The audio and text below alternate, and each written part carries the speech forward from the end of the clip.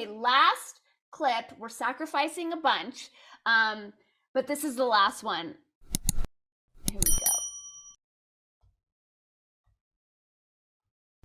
There's a lot of amazing development, but Mars, I worry. I worry about how singular is Elon Musk in this world. I mean, what would happen? What are the options? So we got to pause on that just because for as many times as Lex kisses Elon's ass in this show, it's like, is Elon about to come on next? Like, they're seeding something. It's as much ass kissing as Joe's going to get from Jordan and Adam, as we'll discuss in afterwards, but it's now being deflected towards Elon. Okay. Options if he wasn't here.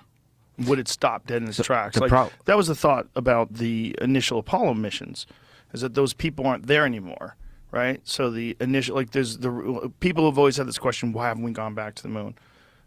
There's conspiracy theories that we never went in the first place, and then there's also people that say no, those people that had the singular obsession to beat Russia, they don't exist anymore. They're not there anymore. The Cold War doesn't exist anymore.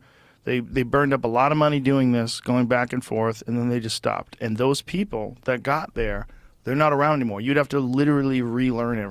Okay, I love this. Joe's debunking of why we haven't gone back to the moon in 50, 60 years is just because we lost interest, or those people aren't here. I don't remember. Wasn't there a time?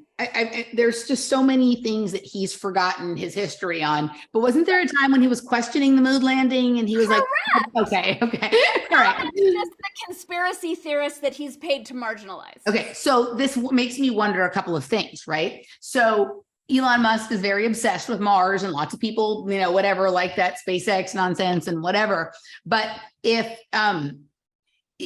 this is setting up a built-in excuse as to why we'll never get to Mars, like if Elon shifts his focus, or if Elon gets removed from the stage because he tweeted a bad thing or something like that, then that completely explains why we'll never get to Mars, and they'll not have to explain the fact that maybe space doesn't exist or doesn't exist in the way we think it exists, and it's not someplace far away. It's just exists here at a different vibration, or maybe it's just a few hundred miles below you in the Santa Fe Desert, or whatever it is, right? I mean, in the New Mexico desert. So it's interesting that they're going, okay, all of these things, these impossible stories that we've been fed for our entire lives, they're all actually ascribable to a single person or a single group of beings. And the fact that we can't prove them anymore is because the people that cared about them aren't with us. And look how sad it is when people die. As though NASA, let's pretend NASA is what they tell us it is.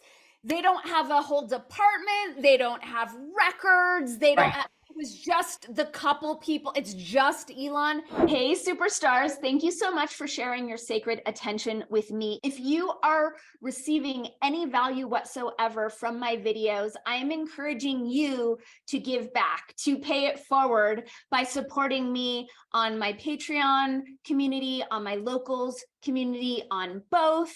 Your support allows me to keep on keeping on and to keep making content like this. It used to be much easier back in the days of a free press, but now, given all of the censorship and the shadow banning, it really is challenging for content creators to continue to put out so much work. I'll just speak for myself. I'm excited for it to be easier for me to continue to put out more content. And the primary way that it can be easier is by you supporting me financially by way of my Patreon and or my locals, where for as little as $5 a month, you get to be my hero and receive oodles of bonus content, and we both get to win. Okay, thank you so much for your support, for your attention, and for being omniscopic amazingness.